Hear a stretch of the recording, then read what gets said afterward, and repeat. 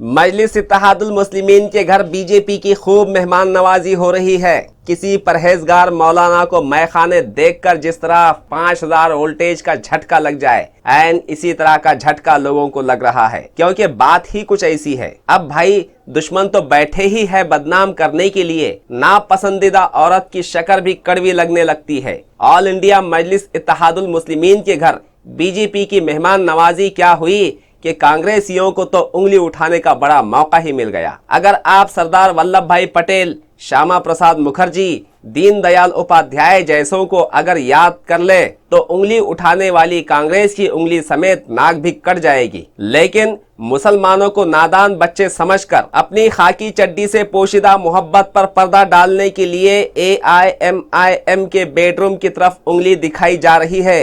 लेकिन मुसलमान अब बच्चे नहीं रहे हैं जो खाकी चड्डी से चॉकलेटी पैंट की बलोगियत को न समझे, बल्कि इम्तियाज जलील को MLA बनाना ही उनके बालिग नजरी का सबूत है। आज दशहरा और विजयादशमी के मौके पर हर साल की तरह इस साल भी हथियारों की बड़े धूमधाम से पूजा करने के बाद RSS चीफ मोहन भागवत ने अहिंसावादी गांधी जी के तारीफ के पुल बांधते हुए कहा कि सच्चाई और अहिंसा के दम पर सिर्फ भारत ही के लोग हुकूमत कर सकते हैं। याद रहे कि मुसलमानों के खात्मे का बेड़ा उठाई और डॉक्टर बाबा साहब अम्बेडकर से लेकर आज तक दलितों को शूद्र करार देकर इन पर मजालिम ढाने वाली और मुल्क को गुजरात की तजर्बा गाह में तब्दील करने का और पेशवाई कायम करने का ख्वाब देखने वाली RSS दशहरे के मौके पर ऐलानिया हथियारों की पूजा करते हुए दुनिया को अहिंसा, अदम तशद्दुद और प्यार मोहब्बत का दर्स दे रही है। आज दशहरे के मौके पर प्रकाश अंबेडकर की मुखालफत को नजरअंदाज करते हुए नागपुर में RSS के हेडक्वार्टर पर हथियारों की पूजा भी की गई और एक जबरदस्त रैली भी निकाली गई। इस प्रोग्राम में नोबल अवार्ड याफ्ता कैलाश सत्यार्थी भी बतौर मेहमान हाजिर थे। साथ ही साथ महाराष्ट्र के chief minister Devendra Fadnavis, central minister Nitin Gadkari, energy minister Chandrashekhar Bawankule समेत कई नामचीन लोग मौजूद थे।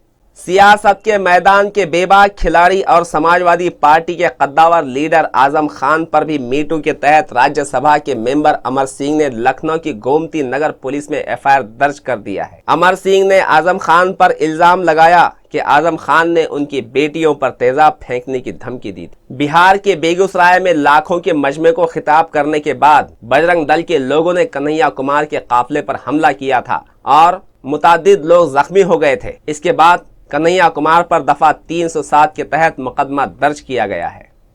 अलीगढ़ मुस्लिम यूनिवर्सिटी में मन्नान कश्मीरी के ताजियती जलसे को यूनिवर्सिटी इंतजामिया ने नाकाम कर दिया। याद रहे कि इस मामले में 1200 कश्मीरी स्टूडेंट्स ने अलीगढ़ मुस्लिम यूनिवर्सिटी छोड़ने की धमकी दी है।